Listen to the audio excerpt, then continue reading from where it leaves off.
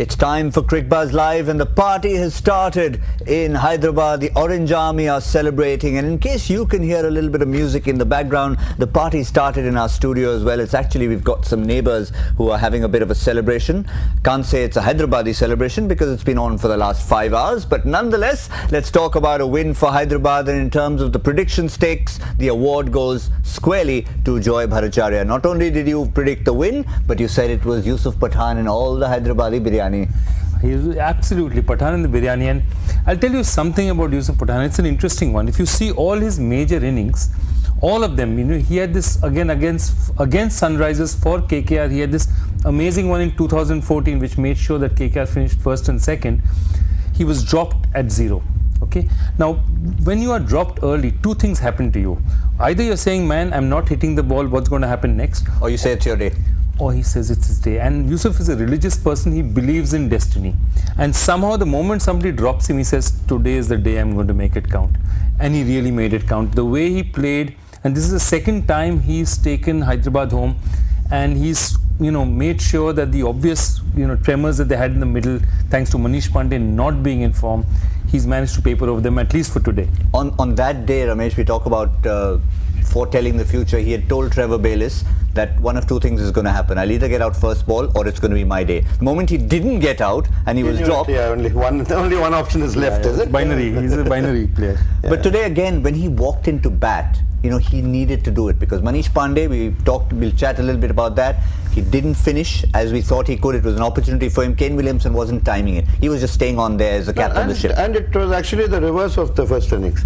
This time Delhi was applying the choke. I mean, they said if you call them boa constrictors, we'll be anacondas or something. They just said we'll do a pretty similar pattern, right? And as you can see, there was one standout performer there for the Daredevils, Prithvi Shaw, with that half century, the only one of the entire match.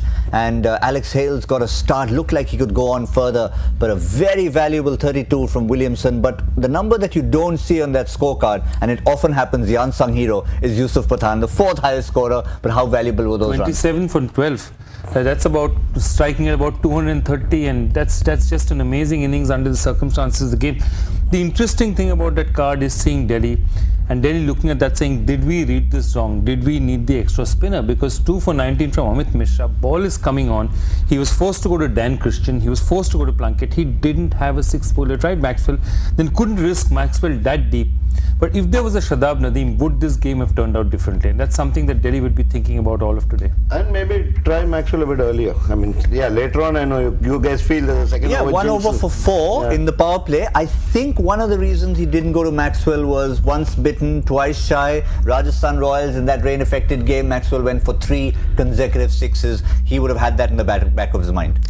I think so too. Also, what happened was because Delhi SRH wasn't losing wickets, he kept trying to put his best bowlers on and extending the match as long as possible. Therefore, he was in the end stuck in a situation where he had to give Dan Christian the ball. But the point is, I don't think he used these bowlers badly.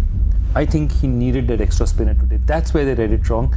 And the Naman Oja gamble didn't work for whatever it was worth. It was a good try, it didn't work, but they were a spinner shot, definitely. And we could see after the 8th over, there was a boundary drought. 37 balls they went without a boundary, and suddenly you could see SRH were asking questions. That's when Amit Mishra was finishing his spell. Wickets fell as well.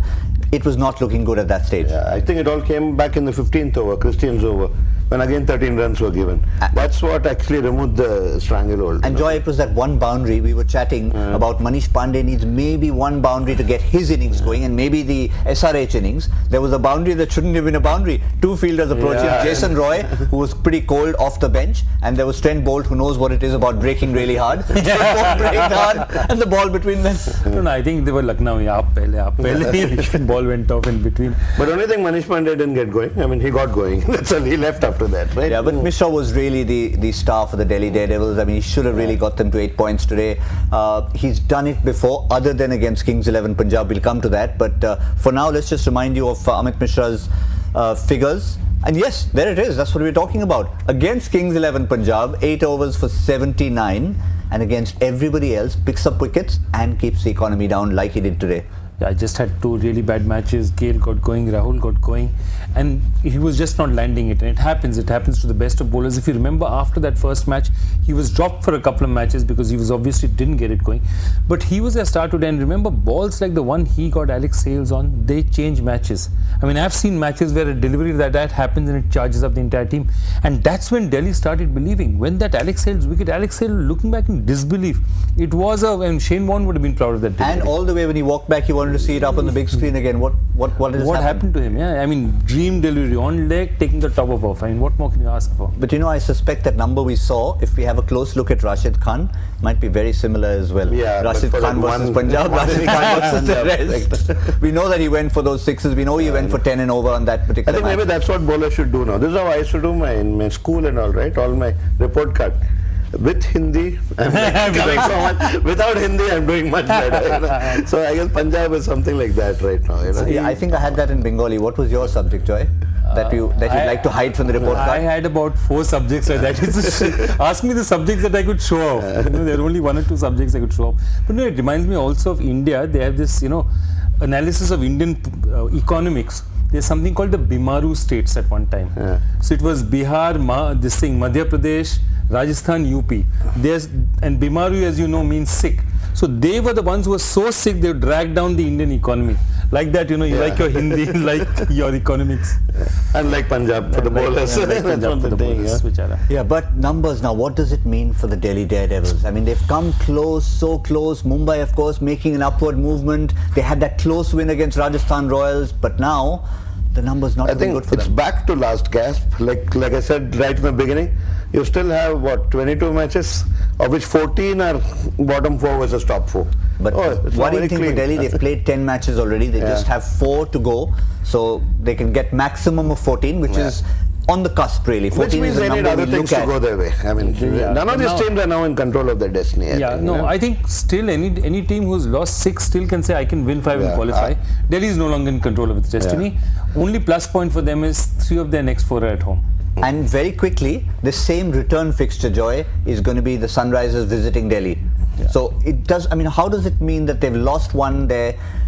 Will they think, okay, we'll come at home and we'll turn it over them, or will it mean that, okay, this is again become a bogey side? I think this is that proverbial last straw, the last 6 that broke the camel's back. I think they were so close here. This is this defeat will really hurt them because they were that close. They almost finished it, and this could really impact Delhi very badly.